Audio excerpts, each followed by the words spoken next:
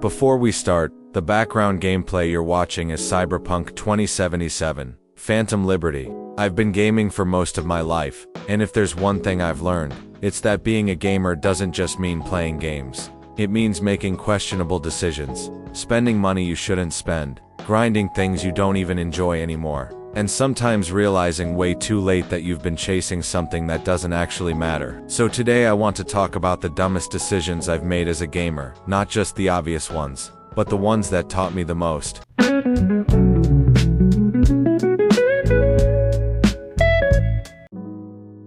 Over the years, I've bought a ridiculous number of games at full price that I barely touched. Scum is probably the perfect example. I remember being excited, installing it, playing for a bit, and then just never going back. It's still sitting in my library like a reminder that hype and reality are two very different things. Black Ops Cold War is another one I regret. I went in expecting that classic feeling, that spark you get from the older Call of Duty titles, but it never fully clicked for me. And then there's Life is Strange, double exposure, a game I genuinely wanted to love. But sometimes a game just doesn't hit you the way you hoped. And honestly, the worst part isn't even the big titles. It's the endless pile of small Steam games you buy because they're on sale for a few euros. Individually they feel cheap, harmless even. But over time they stack up into a library full of games you don't remember buying, let alone playing. But nothing compares to microtransactions. When Fortnite first exploded, it felt like everyone was buying skins, and I was no different. Over time I spent around 200 euros on cosmetics and emotes. At the time it didn't feel like a big deal, it was just part of the culture. But looking back, it's wild how normal it felt to spend real money on something purely cosmetic. And then there's FIFA. From FIFA 14 to FIFA 21, I spent hundreds of euros every single year on packs. Every year I told myself it would be different. Every year I convinced myself the next pack would be the one. And every year the cycle repeated. And the funny thing is, this isn't just a personal problem, it's basically how modern gaming works now. Microtransactions, battle passes, subscriptions. The industry has turned engagement into a business model. You're not just playing a game anymore, you're part of an ecosystem designed to keep you coming back. Hardware mistakes were another chapter of my gaming career. Back in the PS3 days, during Black Ops 2 and MW3, I destroyed more controllers than I'd like to admit. Rage was a real mechanic back then, and a couple of headsets didn't survive those moments either. Looking back, it's kind of funny but also kind of painful when you realize how expensive those moments were. And I still regret buying an Elgato capture card back then. At the time it felt like a big step, like I was leveling up my setup. But realistically, it was overpriced for what I actually needed, and it didn't change much in the end. Of course, I also fell into the pre-order trap. Call of Duty Ghosts is the one that stands out. I was hyped. I believed the marketing. I thought this would be the next big thing. And when it finally released, it just didn't live up to the expectations. That was one of the moments where I started realizing that hype can be one of the most expensive emotions in gaming. But money is only half the story. Time is the part that really sticks with you. FIFA was easily the biggest time sink in my life as a gamer. Doing every SBC, playing weekend league with 30 matches, sweating through division rivals. It sometimes felt like a second job. And the crazy part is that the progress resets every year.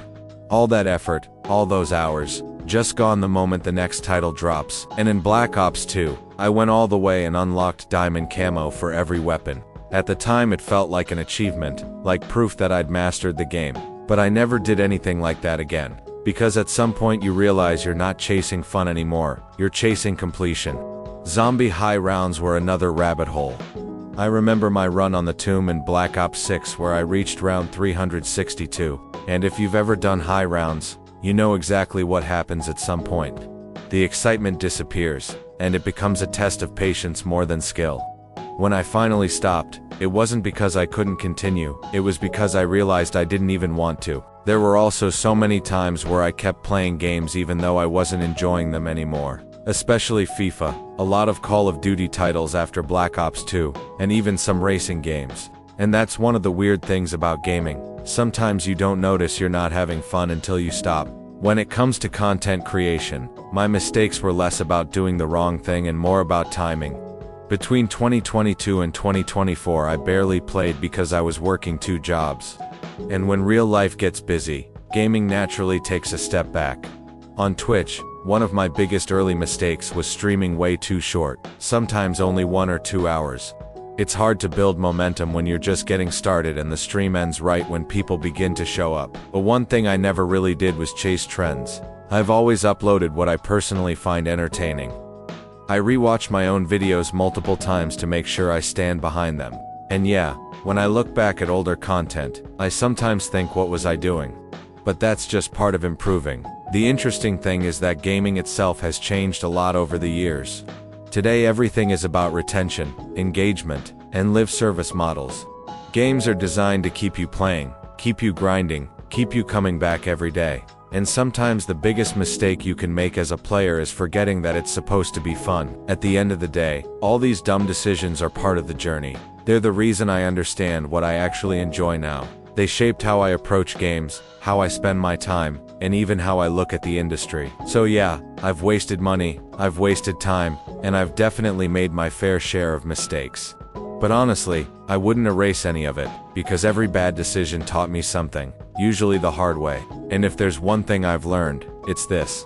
The goal isn't to play perfectly, it's to make sure you're still having fun. Alright, that's going to wrap it up. If you enjoyed the video, dropping a like really helps push it to more people, so I'd appreciate it a lot. And if you're new here, you can subscribe for more videos like this in the future. If you want to catch me live, I stream on Twitch, link is in the description. Feel free to stop by and hang out. Thanks for watching, take care, and I'll see you soon.